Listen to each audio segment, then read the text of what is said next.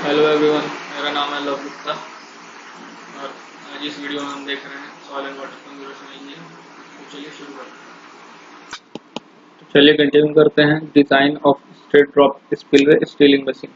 तो यहाँ पे हम डिज़ाइन देख रहे हैं स्ट्रेट ड्रॉप स्पिलवे के लिए डिफरेंट कंपोनेंट्स के डिज़ाइन या कैसे कैसे hydrological design, hydraulic design, structural design कैसे कैसे करते हैं। तो चलिए शुरू करते हैं। A straight drop spillway steering machine completely prevent the soil score in the downstream channel. The steering machine are normally used when downstream channel is more erodible in nature or when flows are approaching the design value and occur frequently for longer duration. तो ये हो गया जो general discussion या detail होता है structure के बारे में, पहले ही हम लोग देख चुके हैं। डिज़ाइन से ही कंटिन्यू करते हैं। यहाँ पे फर्स्ट है minimum length of stilling machine. यहाँ से सबसे पहले तो यहाँ पे फिगर में देख लेते हैं कि कौन कौन से टर्म्स क्या क्या हैं। LB है minimum length of stilling machine, जो पूरा फुल लेंथ होगा बेसिन का वो। देन X है distance between head wall and the point where the surface of upper nappe strike the floor on stilling machine. मतलब हेड वॉल से लेके उस पॉइंट तक जहाँ पे जो वाटर का फ्लो का जो नैपे है, अपर नैपे, वो स्ट्राइक करे उसका अपर पोर्शन, तो वो हेड वॉल से इस पॉइंट का डिस्टेंस हो जाएगा XA। देन XB है distance between the point where surface of upper nappe strikes the basin floor and upstream face of the floor block. तो ये फ्लोर ब्लॉक है यहाँ पे, ये तो नैपे के अपर पोर्शन से लेके फ्लोर ब्लॉक के अपर पोर्शन का जो डिस्टेंस है वो हो जाएगा XB। Then next है XC। XA distance between the upstream face of the floor block and the end of the steeling machine. It is given by 1.75 DC। तो ये है distance between face, upstream face of the floor block and at the end of the steeling machine। तो ये यहाँ पे इस figure में देख लेते हैं। ये है हमारा स्ट्रेट ड्रॉप स्पिलवे, ये है हमारा स्टीलिंग मशीन। तो इसमें जो फ्लोर ब्लॉक्स बने हुए हैं उसके down stream portion up stream portion से लेके जो स्टीलिंग मशीन का एंड पोर्शन है इनसाइड पे, वो डिस्टेंस हो जाता है XC, जिसको 1.75 से डिनोट किया जाता है, या फिर वो वैल्यू होता है जो XC का वैल्यू होता है 1.75 DC के बराबर होता है।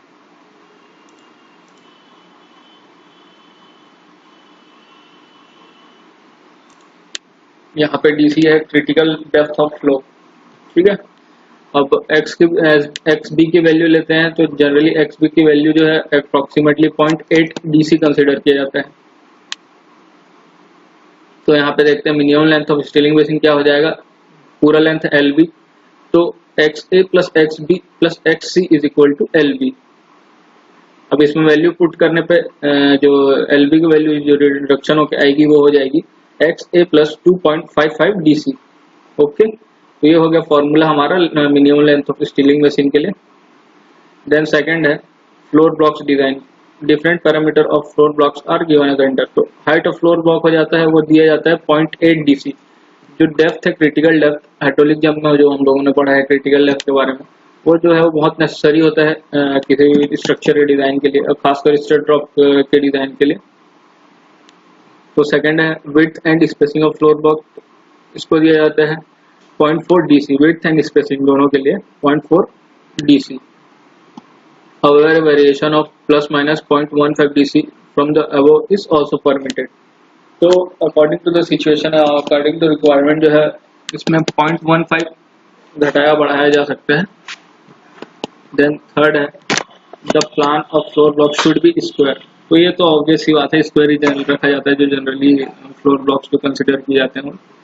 देन नेक्स्ट है the floor block should occupy the space between 50 to 60% of the width of stilling machine.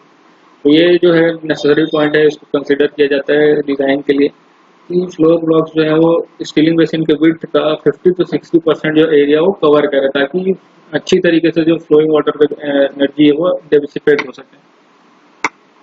Then third है height of end sill, it is approximately 0.4 DC। then longitudinal sill है These are provided to increase the structural strength of the structure. Their width is kept less than the floor block and height is equal to the end sill. तो ये height हो गया and sill के equal 0.4 DC longitudinal सिल के लिए। ये आप लोगों को लिखना नहीं है, सारा चीज यहाँ पे जो फॉर्मूला के टर्म्स में ही शो करना है। कोई भी चीज जो डिजाइन के लिए आप लोग शो करेंगे पॉइंट वाइज एग्जाम के पॉइंट ऑफ व्यू से भी। तो जैसे लॉन्गिट्यूडनल सिल का हाइट यहाँ पे लिखना है तो height is equal to 0.4 DC बस खत्म। एंड विड्थ बोला जा रहा है यहाँ पे फ्लोर ब्लॉक्स के इक्वल रखना है तो विड्थ यहाँ पे 0.4 DC मतलब हाइट और विड्थ दोनों ही सिमिलर हो जाएगा। One point should also be kept in view that they should pass through the blocks but not between them. Okay. The next height of side walls above tailwater level. It is given by 0.85 DC. Height of side wall above tailwater level. ये जो side walls जो दिए रहते हैं इस image में, तो हाँ ये इस इमेज में देखते हैं यहाँ पे टॉप व्यू है। तो ये वाला जो पोर्शन दिख रहा है स्टीलिंग बेसिन को पूरा कवर किए हुए दोनों साइड से, उसका बोला जाता है साइड वॉल। तो इसका जो हाइट है वो रखा जाता है generally 0.85 DC। Okay. Then the wing wall should be placed at 45 degree with the outer center and should be 1:1 at top slope। तो ये जो साइड वॉल्स जो दिए, सॉरी विंग वॉल जो दिए हुए हैं, ये वाले जो पोर्शन है इनको हॉरिजॉन्टल सॉलिड क्या बोला जाए, इस प्लेन से इस लेंथ में 45 डिग्री पे रखा जाता है। और इसमें जो स्लोप दिया जाता है, इसमें एक स्लोप होता है, ये वाला पोर्शन जो रहता है ऊपर रहता है और ये वाला पोर्शन जो नीचे रहता है। तो यहाँ पे देख सकते हैं ये क्लियर हो रहा है, ये यहाँ पे कुछ स्लोप दिया रहता है। तो ये दिया जाता है 1:1 का स्लोप।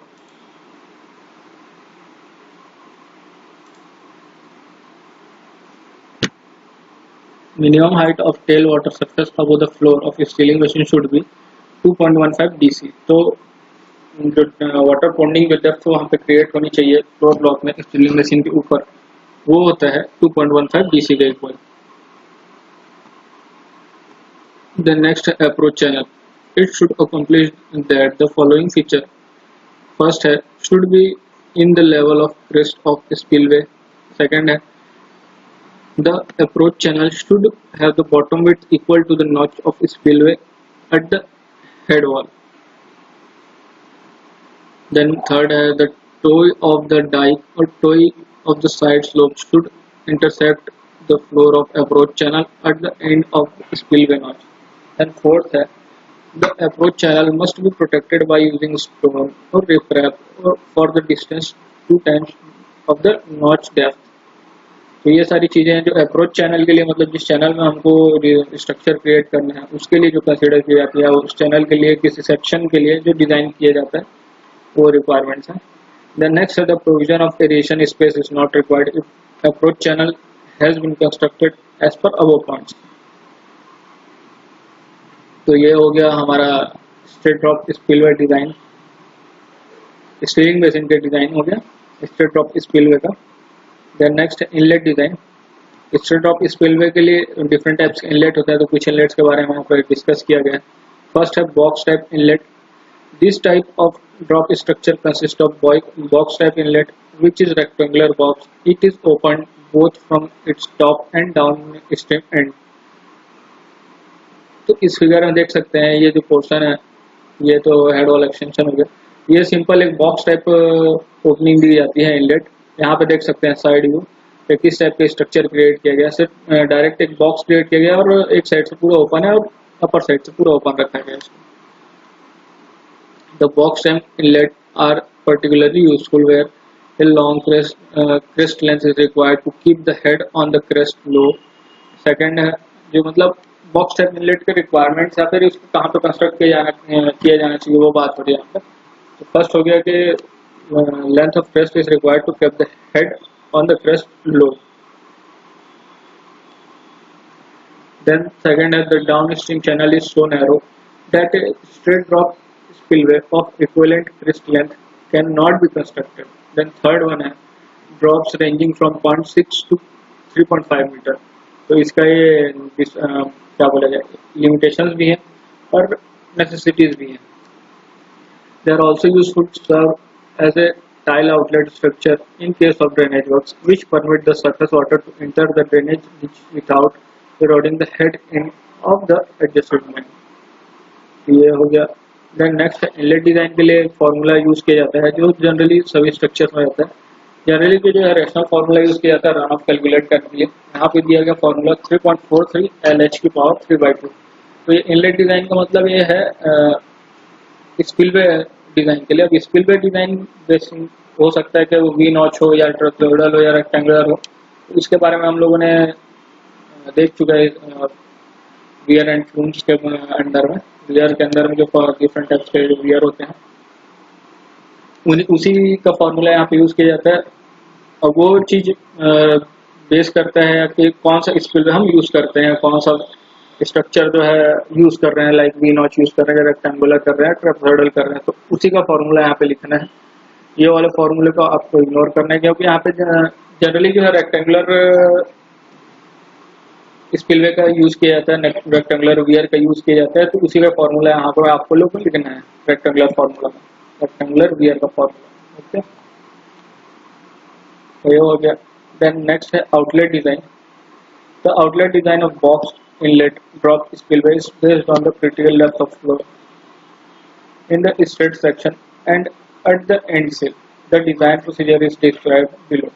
तो फर्स्ट है आउटलेट के डिजाइन के लिए calculate critical depth of flow in straight section of the outlet using the following formula.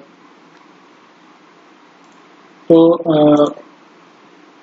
मैंने आपको काफी क्लास पहले फिगर दिखाया था जिसमें डिफरेंट टाइप के स्ट्रक्चर्स के लिए, स्ट्रेट ड्रॉप के लिए, स्मूथ स्पिलवे के लिए और ड्रॉप इनलेट स्पिलवे के लिए डिफरेंट आउटलेट, फिर उस स्ट्रक्चर के अकॉर्डिंग उस आउटलेट के अकॉर्डिंग उसका उस इनलेट के अकॉर्डिंग उसका आउटलेट कौन सा होना चाहिए ये डिस्कस किया हम लोगों ने. तो बॉक्स टाइप इनलेट के लिए अगर बॉक्स टाइप इनलेट यूज कर रहे हैं तो उसके लिए कौन सा आउटलेट स्ट्रक्चर यूज करना है उसके डिजाइन के बारे में यहाँ पे बात की जाएगी. तो सबसे पहले तो क्रिटिकल डेप्थ कैलकुलेट करते हैं. क्रिटिकल डेप्थ कैलकुलेट करने के लिए फॉर्मूला है DC is equal to Q/W whole square divide by G whole to the power 1/2. मतलब ये अंडर रूट है 1/2 जो है.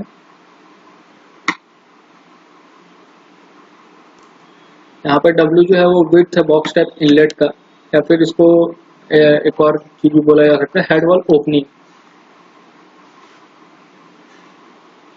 देन नेक्स्ट है calculate critical depth of flow at the end sill of stilling basin. तो इसको DCE से denote किया जाता है critical depth of stilling basin के लिए. तो स्टीलिंग बेसिन के ऊपर जो क्रिटिकल डेप्थ ऑफ फ्लो होता है उसको DCE से डिनोट करना है और इसके लिए फॉर्मूला है DCE is equal to Q/WE divide by G whole to the power 1/2. ये फॉर्मूला आप देख सकते हैं आप. तो Q है यहाँ पे डिस्चार्ज, WE है width of stilling basin, G है acceleration due to gravity. And third one है find out the minimum length of straight section. Denote किया जाता है LS से. फॉर्मूला है LS is equal to DC into 0.2 divide by B/W plus 1. तो ये वाले जो equation is applicable for the case when the ratio of B to W is either equal to और ग्रेटर देन 0.25. तो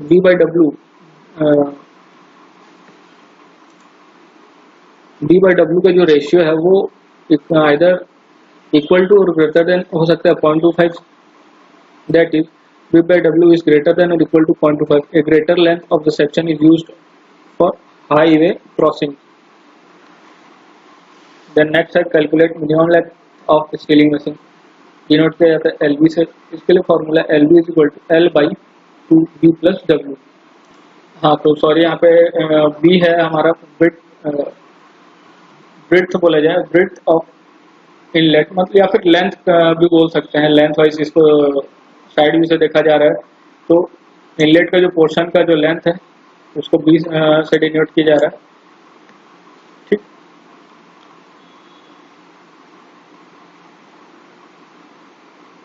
और ये हो गया हमारा एल बी जो है स्टीलिंग बेसिन का लेंथ, और एल एस है स्ट्रेट पोर्शन का लेंथ। मतलब यहाँ पे जो यहाँ पे इस पॉइंट पे देखिए, यहाँ पे कुछ स्लोप स्टार्ट हो जाता है, तो इसके पहले से इनलेट के बाद और इस स्ट्रेट तक पोर्शन तक के जो लेंथ है उसको कंसिडर किया जा रहा है length of straight section L S. Then next point देखते हैं यहाँ पे, calculate the tail water depth. D2 से डिनोट किया जा रहा है टेल वाटर डेप्थ को। D2 is equal to DCE plus 0.052 WE। This equation is applicable in that condition when the width of the stirling basin is more than 11.5 DCE at exit point। यहाँ पे कुछ condition है इस फॉर्मूले को use करने के लिए, अगर वो कंडीशन सेटिस्फाई नहीं होता है तो ये वाला फॉर्मूला यूज करते हैं। At the width of stilling basin equal to 11.5 DCE it not predict the correct value of D2। 11.5 से अगर ज़्यादा हो जाएगा, D2 की वैल्यू 11.5 DCE से ज़्यादा है अगर,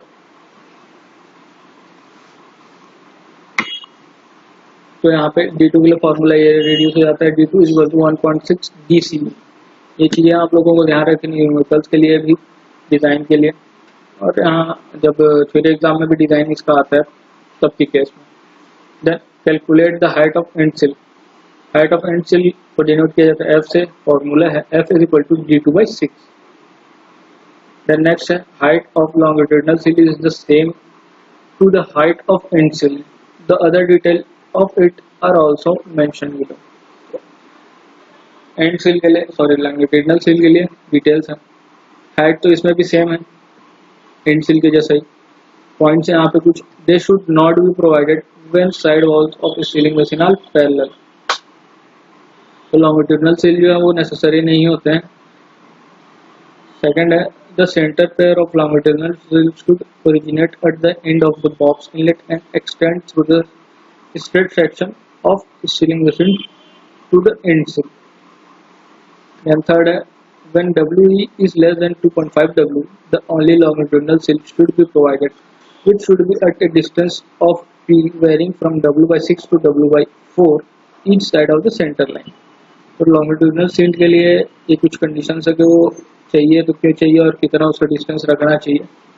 Then next है when WE exceeds 2.5 W, then 2 additional sill are needed, which should be located parallel to the outlet center line and in the midway between the center sill and the side walls at the exit of stirling basin। तो longitudinal sill जो है exit पे ही construct किया जाता है floor blocks के बाद। Then next है find out the minimum height of side wall above the water surface at the exit point of stirling basin। तो वाटर सरफेस के बाद जो साइड वॉल का जो हाइट बचता है उसकी बात की जा रही है। यहाँ पे डिनोट किया जाता है T से, फॉर्मूला है T is equal to D2/3। Then next है डिजाइन के लिए, इनलेट डिजाइन के लिए, सॉरी आउटलेट डिजाइन के point. The wing wall should be constructed triangular in elevation and having 45 degree slope with the horizontal. तो यहाँ पे जितने भी टर्म्स यूज हुए हैं ऊपर उनके बारे में सारा डिस्क्रिप्शन है। DC है critical depth of flow in straight section, Q है design run off rate, W है width of box type inlet, B है length of box type inlet, WE है width of end sill, LB है length of stilling basin, LS है minimum length of straight section, D2 है minimum tail water depth over the basin floor, DCE है critical depth of flow at the end सिल, F है height of end सिल। तो ये हो गया।